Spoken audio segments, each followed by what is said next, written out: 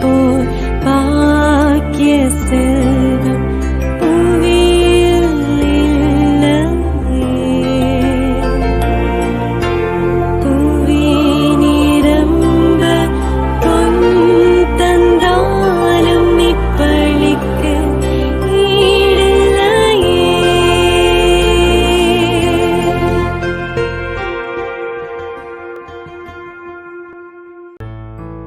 திருப்பலி ஒளிபரப்ப உதவுபவர்கள் பாத்திமா அந்தோணி மற்றும் குடும்பத்தினர். குடும்பத்திற்கு இறைவன் செய்த அனைத்து நன்மைகளுக்கு நன்றியாகவும், உடல் நலனுக்காகவும் மற்றும் குடும்பத்தில் இறந்த அனைத்து ஆன்மாக்களின் இளைப்பாட்சிக்காகவும் வேண்டி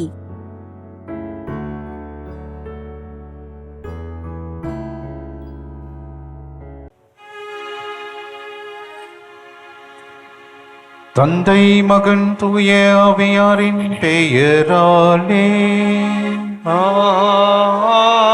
ஆமென்.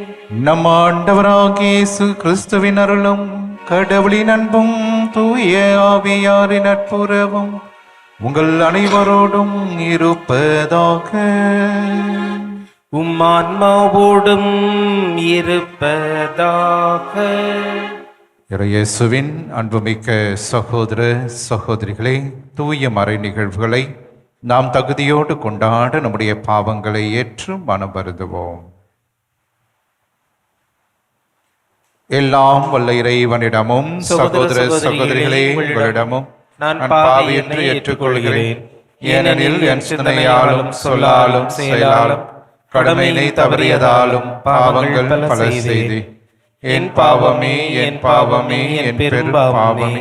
ஆகையால் எப்பொழுதும் கன்னியான புனித மரியாதை வானதூதர் புனிதர் அனைவரையும் சகோதர சகோதரிகளே உங்களையும் நம் இறைவனாகிய ஆண்டவரிடம் எனக்காக வேண்டிக் கொள்ள மன்றாடுகிறேன். எல்லாம் உள்ள இறைவன் நம் மீது இரக்கம் வைத்து நம் பாவங்களை மன்னித்து நம்மை நிலை வாழ்வுக்கு அழைத்து செல்வாராக. ஆமென்.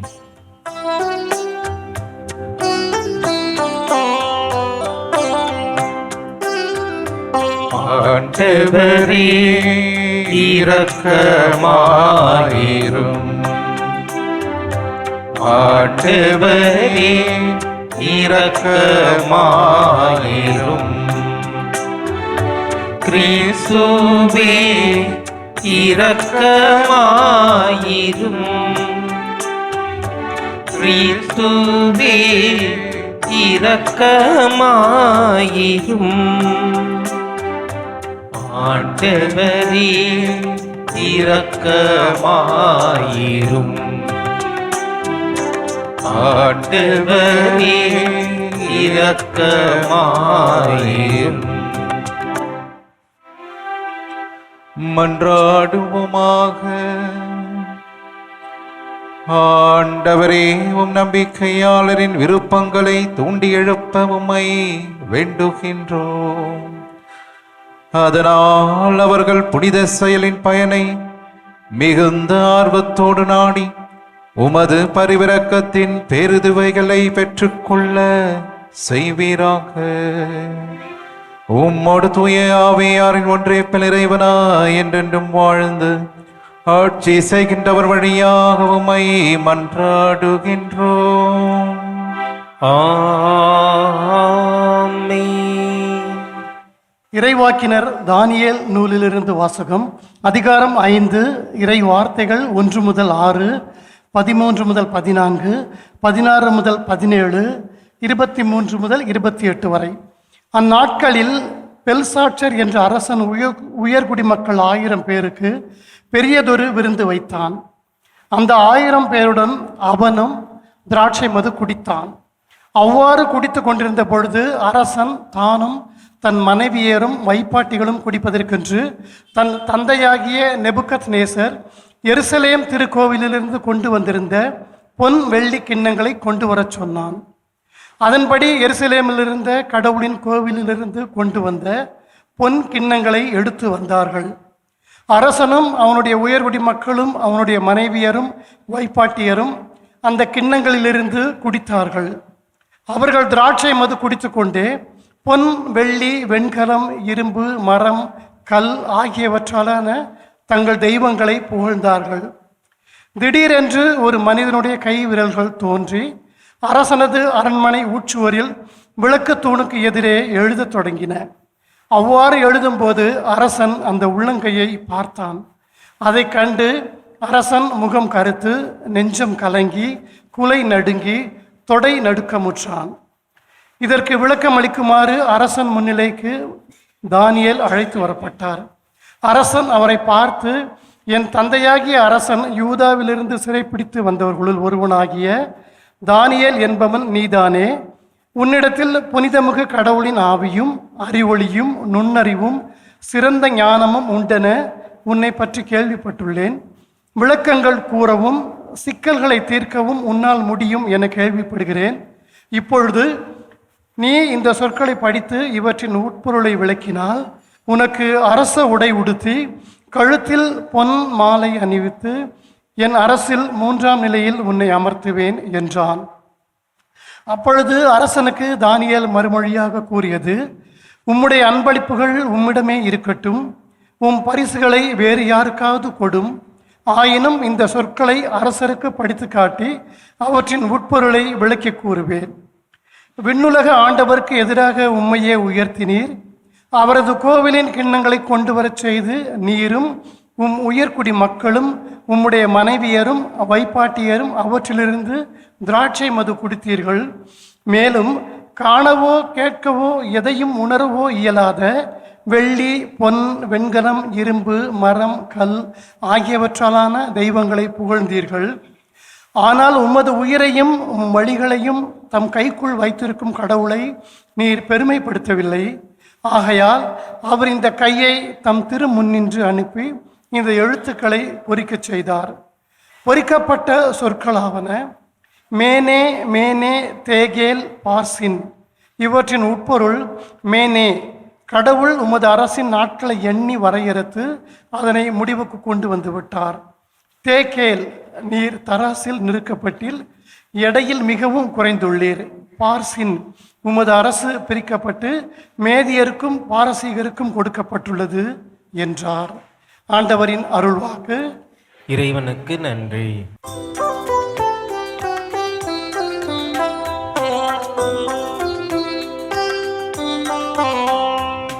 இன்றென்றும் அவரை புகழ்ந்து பாடி ஈத்தி போற்றுங்கள்.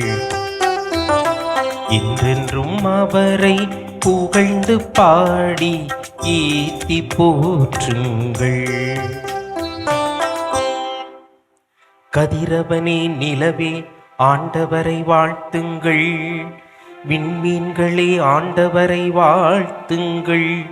மழையே, பனியே, நீங்களெல்லாம் ஆண்டவரை வாழ்த்துங்கள். காற்று வகைகளே, நீங்களெல்லாம் ஆண்டவரை வாழ்த்துங்கள். நெருப்பே, வெப்பமே, ஆண்டவரை வாழ்த்துங்கள். நடுங்கும் குளிரே, கடும் வெயிலே, ஆண்டவரை வாழ்த்துங்கள். என்றென்றும் அவரை புகழ்ந்து பாடி ஏத்தி போற்றுங்கள்.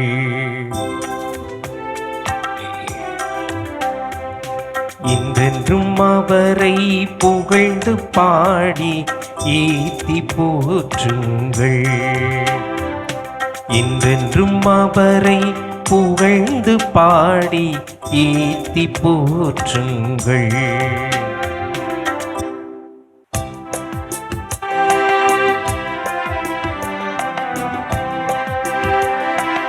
அல்லேலூயா, அல்லேலூயா,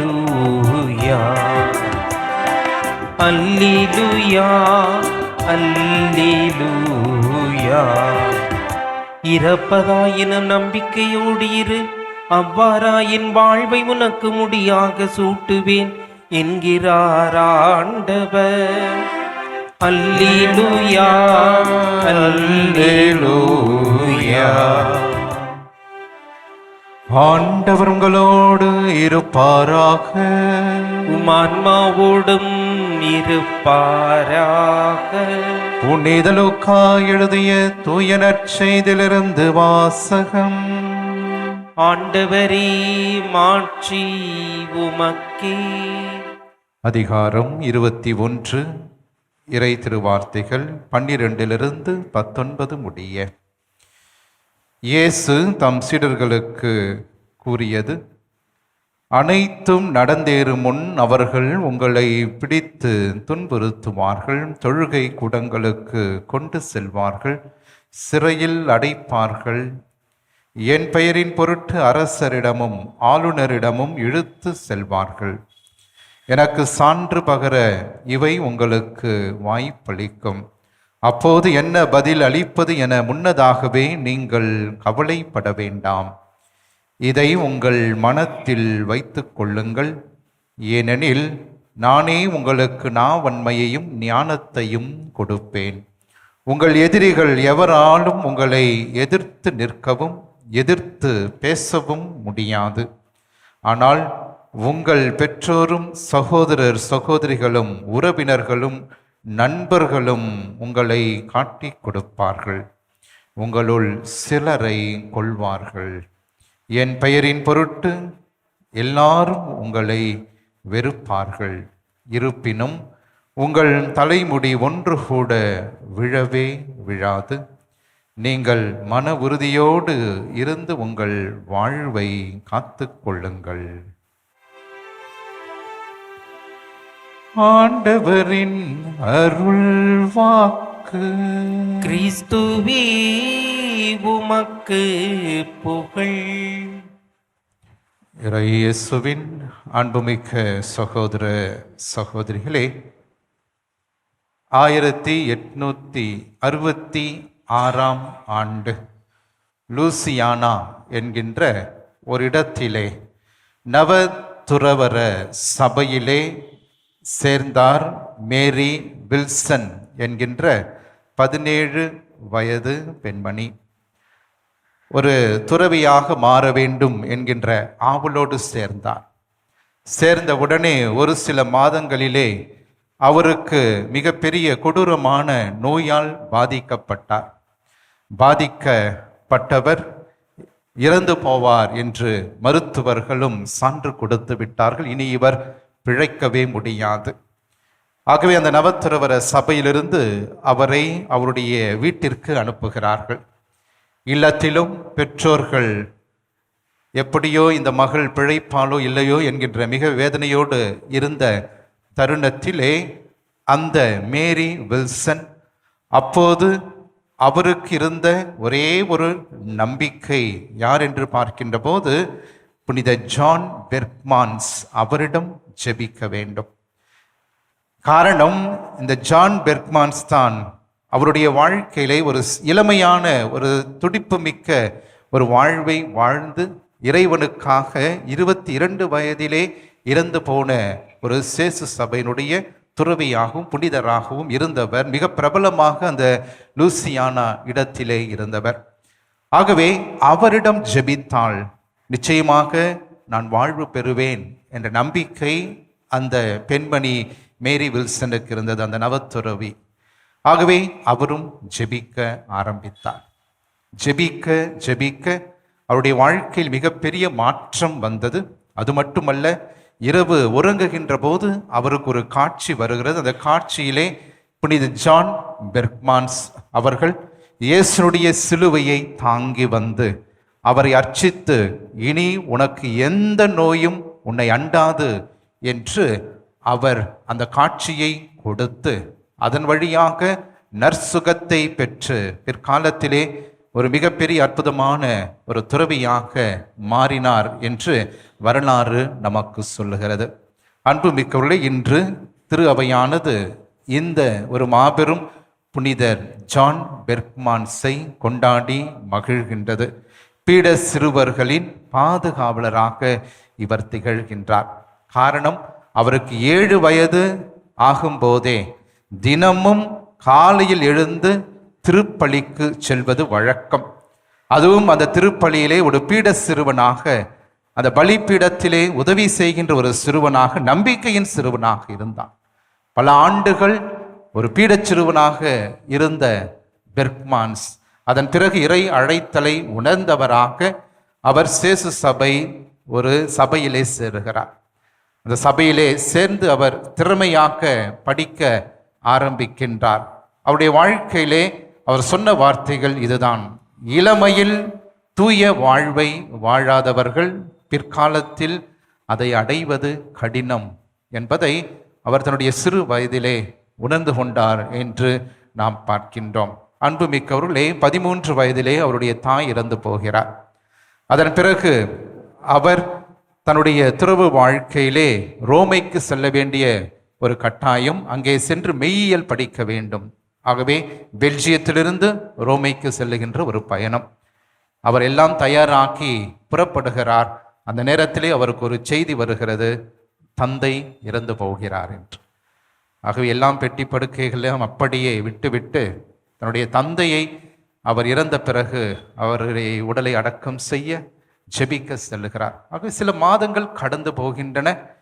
அதன் பிறகு அவர் உணர்ந்து கொள்கிறார், நான் எப்படியாவது ரோமை செல்ல வேண்டும், நான் மீண்டுமாக சபையில் சேர்ந்து மெய்யியல் படிக்க வேண்டும் என்று. அன்புமிக்கவர்களே, பெல்ஜியத்திலிருந்து ரோமைக்கு ஏறக்குறைய 1400 கிலோமீட்டர்கள். வரலாறு சொல்லுகிறது, ஜான் பெர்க்மான்ஸ் தன்னுடைய பெட்டிகளை தலையில் வைத்து கொண்டு 2 மாதங்கள் அவர் கால்நடையாகவே இந்த 1400 கிலோமீட்டர்களை கடந்து சென்றார். காரணம் வறுமை. செல்வதற்கு கூட பணம் இல்லை என்கின்ற ஒரு மாபெரும் வறுமையிலே வாழ்ந்த ஒரு புனிதர். ஆகவே அத்தகைய நேரத்திலே அவர் சொன்ன வார்த்தைகள் இதுதான்: ஆண்டவருடைய நற்கருணையும் அன்னை மரியாளும் என்னை வழி நடத்துவார்கள். இதுதான் அவருடைய வாழ்க்கை. ஆகவே அந்த நற்கருணையும் அன்னை மரியாளும் அவரை திறமையாக 2 மாதங்கள் அவரை வழி நடத்தி இறுதியாக அவர் ரோமை செல்கிறார், மெய்யியல் படிக்கின்றார். மெய்யியல் படித்து முடித்த உடனே அவருக்கு மிக நெருக்கடியான உடல் நோய் வருகிறது. அந்த உடல் நோயினால் பாதிக்கப்பட்டு 22 வயதிலே அவர் இறந்து போகிறார். ஆகவே இவருடைய வாழ்க்கை இன்றைய காலகட்டத்திலே மிக முக்கியமாக பீட சிறுவர்களினுடைய ஒரு நம்பிக்கையாக இவர் திகழ்கின்றார். ஆகவேதான் நாம் பார்க்கின்றோம், பல குருக்கள் இன்று குருக்களாக இருக்கின்றார்கள் என்றால் அவருடைய வாழ்க்கை முதலாக பீடத்தில் தான் ஆரம்பிக்கின்றது. ஆக ஒரு பீட சிறுவர், பீட சிறுமி என்று சொல்லுகின்ற போது இறைவனுடைய ஆசீர்வாதம், இறை அழைத்தலும் அங்கே ஊக்குவிக்கப்படுகின்றது. இறைவன் அவர்களை அந்த இடத்திலே ஆசீர்வதிக்கின்றார்.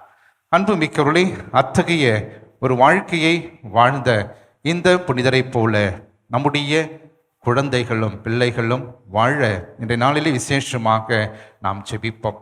இரண்டாவதாக இன்றைய முதல் வாசகம். இன்றைய முதல் வாசகம் நமக்கு மிக மிக முக்கியமான ஒரு செய்தியை அது தருகின்றது. என்ன செய்தி என்று பார்க்கின்ற போது, எவ்வாறாக நெபுகத்நேசர் அவருடைய மகன் அந்த எருசலேமினுடைய தூய ஆலயத்தினுடைய அந்த பொருட்களை வைத்து அவன் அங்கே கொண்டாடி மகிழ்கின்ற ஒரு தருணத்தை நாம் பார்க்கின்றோம். இறைவனால் தேர்ந்து கொள்ளப்பட்ட அந்த ஆலயத்தினுடைய பாத்திரங்களுக்கு மகிமை இருக்கிறது என்பதை கடவுள் அங்கே உணர்த்துகின்றார். ஆகவேதான் இறைவனுடைய கரங்கள் அங்கே தீர்ப்பு எழுதுகின்றன என்று நாம் பார்க்கின்றோம். என்ன தீர்ப்பு? நீ அழிந்து போவாய்.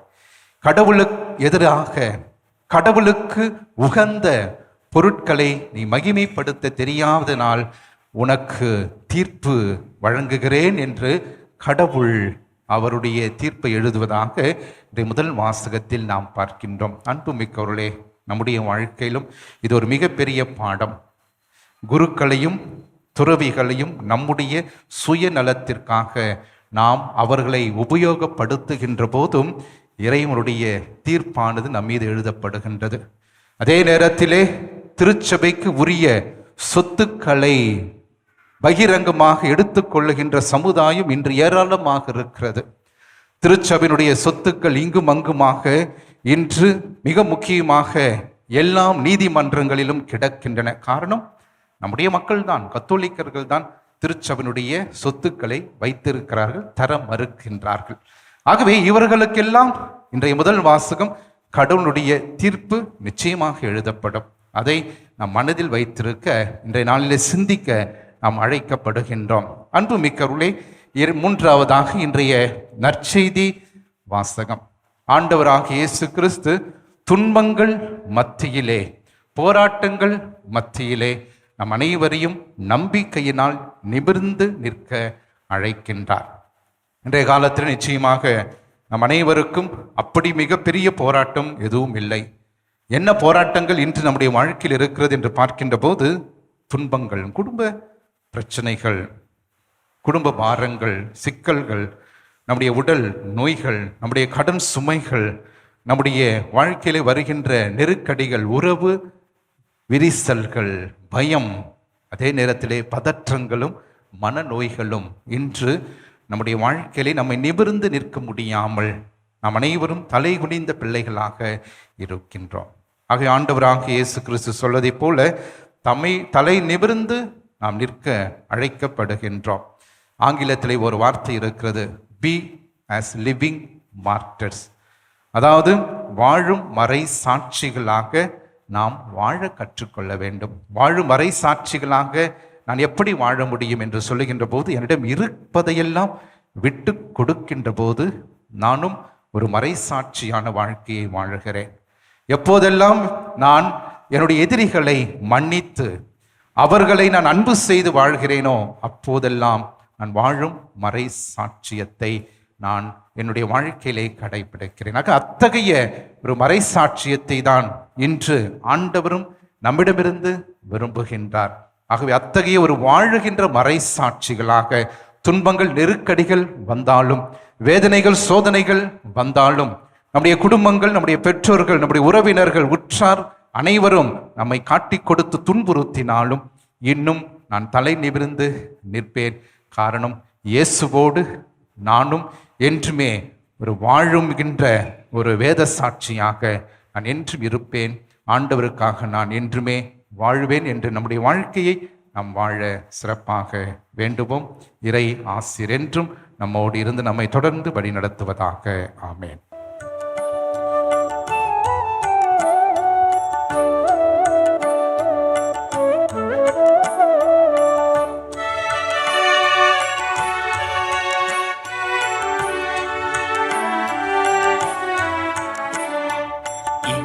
தருவீர் அன்புக்கு ஈடாக,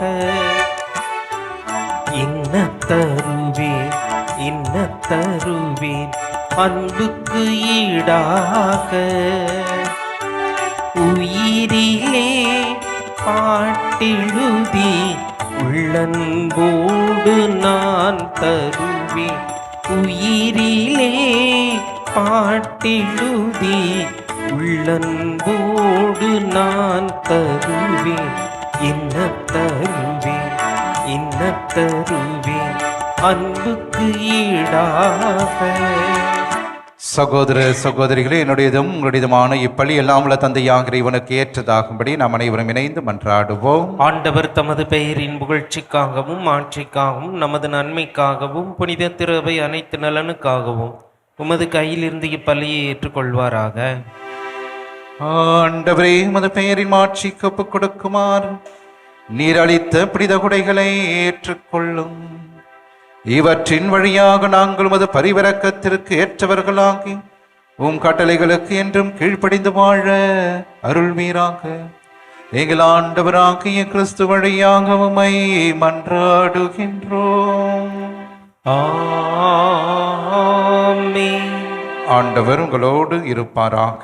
உம் ஆன்மாவோடும் இருப்பாராக. இதயங்களை மேலே எழுப்புங்கள். ஆண்டவரிடம் எழுப்பியுள்ளோம். நாம் இறைவனாகிய ஆண்டவருக்கு நன்றி கூறுவோம். அது தகுதியும் நீதியும் ஆனது. ஆண்டவரே, தூயவரான தந்தையே, என்றும் உள்ள எல்லாம் உள்ள இறைவா, என்னாலும் இவ்விடத்திலும் நாங்கள் உமக்கு நன்றி செலுத்துவது மெய்யாகவே தகுதியும் நீதியுமாகும், எங்கள் கடமையும் மீட்புக்குரிய செயலுமாகும்.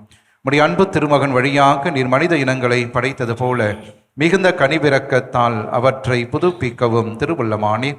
ஆகவே படைப்புகள் அனைத்தும் உமக்கு பணி புரிகின்றன. மீட்படைந்தோர் அனைவரும் உம்மை ஏற்றவாறு புகழ்கின்றன. உம்முடைய புனிதர்களும் ஒரே இதயத்தோராய் உம்மை போற்றுகின்றன.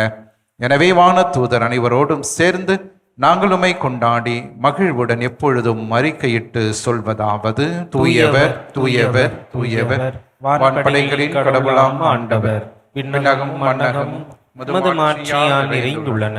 உன்னதங்களிலே ஓசன்னா. ஆண்டவர் பெயரால் வருகிறவர் ஆசி பெற்றவர். உன்னதங்களிலே ஓசன்னா. ஆண்டவரே, நிர்மையாகவே தூயவர், தூய்மை அனைத்திற்கும் ஊற்று. ஆகவே உம்முடைய ஆவியை பொழிந்து இக்காணிக்கைகளை தூய்மைப்படுத்த உமை வேண்டுகிறோம். இவ்வாறு எங்கள் ஆண்டவர் இயேசு கிறிஸ்துவின் உடலும் இரத்தமுமாக எங்களுக்கு இவை மாறுவனவாக. அவர் பாடுபட உளம் கனிந்து தம்மை கையளித்த போது அப்பத்தை எடுத்து நன்றி செலுத்தி அதை பிட்டு தம் சீடர்களுக்கு அளித்து கூறியதாவது: அனைவரும் இதிலிருந்து பெற்று உண்ணுங்கள், ஏனெனில் இது உங்களுக்காக கையளிக்கப்படும் என் உடல்.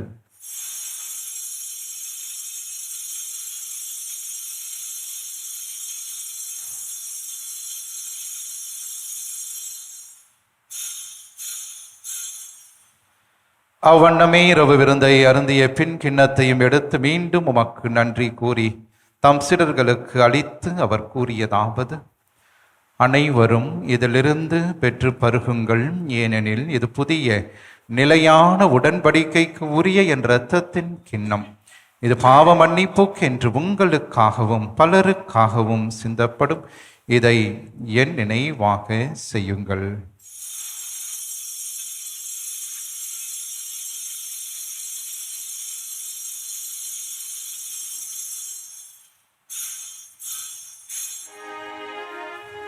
நம்பிக்கையின் மறை பொருள். ஆண்டவரே, நீர் வருமளவும் உமது இறப்பினை அறிக்கையிடுகின்றோ, உமது உயிர்ப்பினையும் எடுத்துரைக்கின்றோ. ஆகவே ஆண்டவரே, நாங்கள் கிறிஸ்துவின் இறப்பினையும் உயிர்ப்பினையும் நினைவுகூர்ந்து வாழ்வதரும் அப்பத்தையும் மீட்பளிக்கும் கிண்ணத்தையும் ஒப்புக் கொடுக்கின்றோம். உம் திருமுன் நின்று மக்களுடையும் புரிய தகுந்தவர்கள் என எங்களை ஏற்றுக்கொண்டு எனவே மக்கள் நன்றி செலுத்துகிறோம். மேலும் கிறிஸ்துவின் உடலிலும் இரத்தத்திலும் பங்கு கொள்ளும் எங்களை தூய ஆவியார் ஒன்று சேர்க்க வேண்டும் என உம்மை தாழ்மையுடன் மன்றாடுகிறோம். ஆண்டவரே, உலகெங்கும் பரவியிருக்கும் அது திரு அவையை நினைவு கூர்ந்தருளும். எங்கள் திருத்தந்தை இலியோ, எங்கள் ஆயர் ஜார்ஜ், எல்லாம் திருநிலையினர் ஆகியவரோடு மது திரு அவை அன்பில் நிறைவு பெற செய்தருளும். உயிர் தெழுமெது நோக்குடன் துயில் கொள்ளும் எங்கள் சகோதர சகோதரிகளையும் இறந்தோரனை வரையும் இரக்கத்துடன் நினைவு கூர்ந்து மது திருமுக ஒளியினுள் ஏற்றருளும். எங்கள் அனைவர் மீதும் இரக்கமாயிரும். கடவுளின் கன்னித்தாயான புனிதமிக்க ஆரோக்கிய அன்னை, அவருடைய கணவரான புனித யோசேப்பு, புனித திருத்தூதர்கள் என்று சிறப்பாக நாங்கள் நினைவு கூறுகின்ற புனித ஜான் பெர்க்மான்ஸ் மற்ற அனைத்து புனிதரோடு நாங்கள் நிலை வாழ்வில் பங்கு கொள்ளும் தகுதி பெற்றுவும் திருமகன் இயேசு கிறிஸ்து வழியாக உம்மை புகழ்ந்தேத்தும் வரமருள உம்மை மன்றாடுகின்றோம்.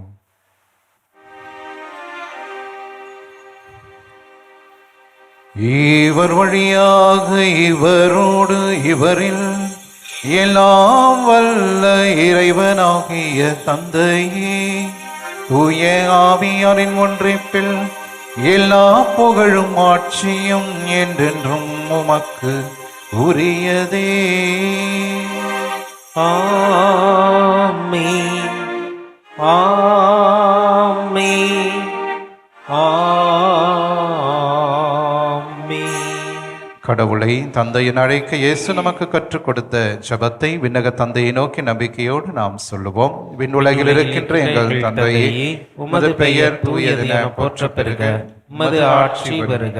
உமது திருவுளம் விண்ணுலகில் நிறைவேறுவது போல மண்ணுலகிலும் நிறைவேறுக. எங்கள் அன்றாட உணவை இன்று எங்களுக்கு தாரும். எங்களுக்கு எதிராக குற்றம் செய்வோரை நாங்கள் மன்னிப்பது போல எங்கள் குற்றங்களையும் மன்னியும். எங்களை சோதனைக்கு உட்படுத்தாதேயும், தீமையிலிருந்து எங்களை விடுவித்திருளும். ஆண்டவரே, தீமை அனைத்திலிருந்தும் எங்களை விடுவித்து எங்கள் வாழ்நாளில் அமைதியை கனிவோடு அருளும் மன்றாடுகிறோம். உமது இரக்கத்தின் உதவியால் நாங்கள் பாவத்திலிருந்து எப்போதும் விடுதலை பெற்று யாதொரு கலக்கமுமின்றி நலமாய் இருப்போமாக. நாங்கள் எதிர்நோக்கி இருக்கும் பேரின்பத்திற்காகவும் எம் மீட்பராகிய இயேசு கிறிஸ்துவின் வருகைக்காகவும் காத்திருக்கின்றோம். ஏனெனில் ஆட்சியும் வல்லமையும் ஆட்சியும் என்றென்றும் உமதே. ஆண்டவர் இயேசு கிறிஸ்துவே, அமைதியை உங்களுக்கு விட்டு செல்கின்றேன், என் அமைதியை உங்களுக்கு அளிக்கின்றேன் என்றும் திருத்தூதர்களுக்கு மொழிந்தீரே. எங்கள் பாவங்களை பாராமல் உமது திரு அவையின் நம்பிக்கையை கண்ணோக்கி உமது திருவுளத்திற்கேற்பதற்கு அமைதியும் ஒற்றுமையும் அளித்தருள்வீராக. என்றென்றும் வாழ்ந்து ஆட்சி செய்கின்றவர் நீரே. ஆமென். ஆண்டவருடைய அமைதி என்றும் உங்களோடு இருப்பதாக. ஆன்மாவுடன் இருப்பதாக. ஒருவருக்கு ஒருவர் ஆண்டவர் தருகின்ற அமைதியை நாம் பகிர்ந்து கொள்வோம். உலகின் பாவங்களை போக்கும் இறைவனின் செம்மறியே, எங்கள் மேல் இரக்கமாயிரும். உலகின் பாவங்களை போக்கும் இறைவனின் செம்மறியே, எங்கள் மேல் இரக்கமாயிரும். உலகின் பாவங்களை போக்கும் இறைவனின் செம்மறியே, எங்களுக்கு அமைதியை அளித்தருளும். இதோ இறைவனின் செம்மறி, இவரே உலகின் பாவங்களை போக்குபவர். நம்முடைய அன்றாட குடும்ப வாழ்விலே நமக்கு எதிராக வருகின்ற எல்லா தீமைகள், துன்பங்கள், தீராத கடன் சுமைகள், உடல் உள்ளத்தை வாட்டுகின்ற நோய்கள், அழகையினால் வருகின்ற சோதனைகள், இவை அனைத்திலிருந்து நம்மை தினந்தோறும் காத்து வழிநடத்துகின்ற உயிருள்ள இயேசு கிறிஸ்து இவரே. இவருடைய திருவிருந்திற்கு அழைக்க பெற்ற நாம் அனைவருமே பேறு பெற்றோர். ஆண்டவரே, நீர் இல்லத்தில் எழுந்தருளி வர நான் தகுதியற்றவன், ஆனால் ஒரு வார்த்தை மட்டும் சொல்லியருளும், எனது ஆன்மா நலமடையும். நன்றியோடு மன்றாடுவோமாக. எல்லாம் வல்ல இறைவா, இப்புனித விருந்தில் நாங்கள் பங்கு பெற்று மகிழ செய்கின்றேன். அதனால் நாங்களுமிடமிருந்து ஒருபோதும் பிரியாதிருக்க அருள் புரிவீராக. எங்கள் ஆண்டவராகிய கிறிஸ்து வழியாக உம்மை மன்றாடுகின்றோம்.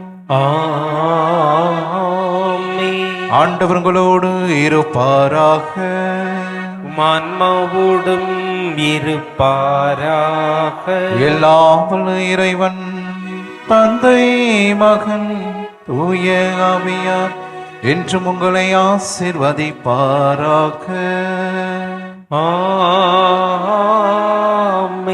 ஆரோக்கியனின் ஆசீரோடு சென்று வாருங்கள். திருப்பலி நிறைவேறிற்று. இறைவனுக்கு நன்றி. திருப்பலி ஒளிபரப்ப உதவியவர்கள்: பாத்திமா அந்தோணி மற்றும் குடும்பத்தினர். குடும்பத்திற்கு இறைவன் செய்த அனைத்து நன்மைகளுக்கு நன்றியாகவும், உடல் நலனுக்காகவும் மற்றும் குடும்பத்தில் இறந்த அனைத்து ஆன்மாக்களின் பாட்சிக்காகவும் வேண்டி